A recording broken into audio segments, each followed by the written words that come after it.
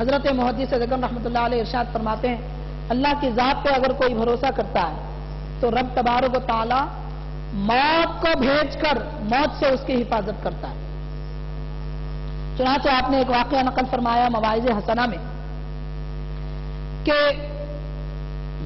ایک جنگل میں جانوروں کو پکڑنے کے لیے، قید کرنے کے لیے شکاریوں کا طریقہ ہوتا تھا، ایک بڑا گڑھا کھودتے تھے، اس کے اوپر کچھ گھاس پھوس وغیرہ ڈال دیتے تھے، دیکھنے کے لیے ایسا لگتا کہ یہ راستہ ہے، یہاں سے گزر سکتے ہیں، اور پھر کوئی آواز کرتے، جانوروں کو ہانکتے، جب جانور ادھر ادھر بھاگنے لگتے تو کئی جانور اس میں ہرن وغیرہ گر جاتے، گڑھے پہ ایسی کوئی گھاس وغیرہ ڈالی ہوئی رہتی تھی۔ ایک بزرگ راستے سے گزر رہے تھے، اس گڑھے میں گر گئے۔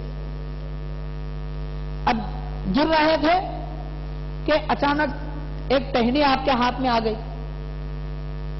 رات کے اندھیرے میں دیکھ رہے ہیں کہ دو آنکھ چمک رہے ہیں، غور کرنے پہ معلوم ہوا نیچے بڑا سانپ ہے، ٹہنی چھوڑ دیں گے نیچے گر جائیں گے۔ اب یہ فکر میں تھے کہ کسی کو پکارے، مگر کوئی نہیں تھا۔ کچھ دیر کے بعد لوگوں کے چلنے پھرنے کی باتوں کی آواز آئی، چاہا کہ پکاروں لوگوں کو مدد کے لیے، مگر دل میں خیال آیا کہ میرا پاک پروردگار کیا میری حفاظت کے لیے کافی نہیں ہے؟ میں کسی بندے سے کیوں مدد مانگوں؟ اب آپ غور کریں، آج جو لوگ کہتے ہیں اللہ والوں سے مدد مانگنا حرام، کفر ہے، شرک ہے، اللہ مدد کے لیے کافی ہے، خود ایسے گڑھے میں گریں گے تو کیا کریں گے؟ اگر کہتے ہیں کہ کسی سے مدد مانگنا کفر و شرک ہے تو پھر یہ بزرگ توکل کے جس درجے پہ فائز تھے، ایسے درجے پہ رہنے والا ہی یہ کہہ سکتا ہے کہ میں کسی سے نہیں مانگوں گا، اللہ سے مانگوں گا۔ یہاں تو بات ایسی ہے، ایک ایک نوالے کے لیے لوگوں کے سامنے بھیک مانگتے نظر آتے ہیں۔ تھوڑی سی مصیبت کیا آ گئی، کسی مالدار کی پناہ میں، کسی سیاستدان کی پناہ میں، کسی قوت والے کی پناہ میں، کیا یہ اللہ پہ بھروسہ ہے؟ اور جس کو اللہ کے ولی کی مدد مانگنا شرک جس کو نظر آتا ہے، وہ دشمنان خدا کی مدد مانگنے میں لگا ہوا ہے۔ یہ کیسی توحید، یہ کیسا ایمان ہے؟ ایمان اگر ہو تو یہ بزرگ کے جیسا ہو، ان خدا کے ولی کے جیسا ہو۔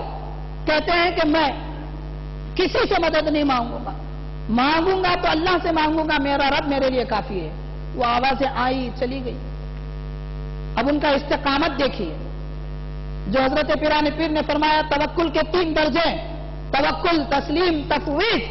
یہ بزرگ بھی تفویض کے درجے میں فائز تھے، انتظار میں تھے کہ میرا رب جو فیصلہ کرے گا میں اسے تسلیم کروں گا، یا تو اژدہے کے حوالے ہو جاؤں گا یا پھر رب مدد فرمائے گا تو پھر اس کی مدد میرے لیے کافی ہوگی۔ اتنے میں انہوں نے دیکھا کہ کوئی رسی اس گڑھے میں گر رہی ہے، سرسراہٹ سی آواز آئی، اندھیرے میں انہوں نے جیسے اس کو پکڑ لیا، سمجھے کہ اللہ کی غیبی مدد ہے، ایک لمحے میں کنارے پر زمین پر آ کر گر گئے۔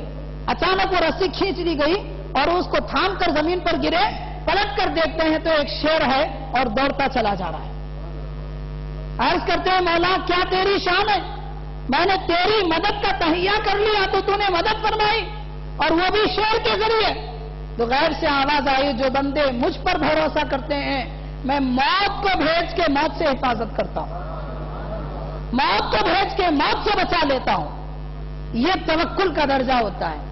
حاضرین کرام، اتنے بڑے درجے پر اگرچہ کہ ہم قائم نہ ہوں، مگر توکل کے معمولی سے ادنا سے درجے پر تو ہم قائم رہ سکتے ہیں، اس پر تو کم از کم عمل کر سکتے ہیں۔ تو ہمیں چاہیے کہ ہم اللہ کی ذات پہ بھروسہ کریں، اللہ تعالیٰ ہی ہمارے لیے دنیا و آخرت کی ہر بلا و مصیبت میں مدد کے لیے کافی ہے۔ رب تبارک و تعالیٰ ہم سب کو عمل کرنے کی توفیق عطا فرمائے، ہمارا یقین پختہ عطا فرمائے، ایمان کامل بخشے۔ صلی اللہ تعالی وسلم علی خیر خلقہ سیدنا محمد و آلہ و اصحابہ اجمعین والحمد للہ رب العالمین۔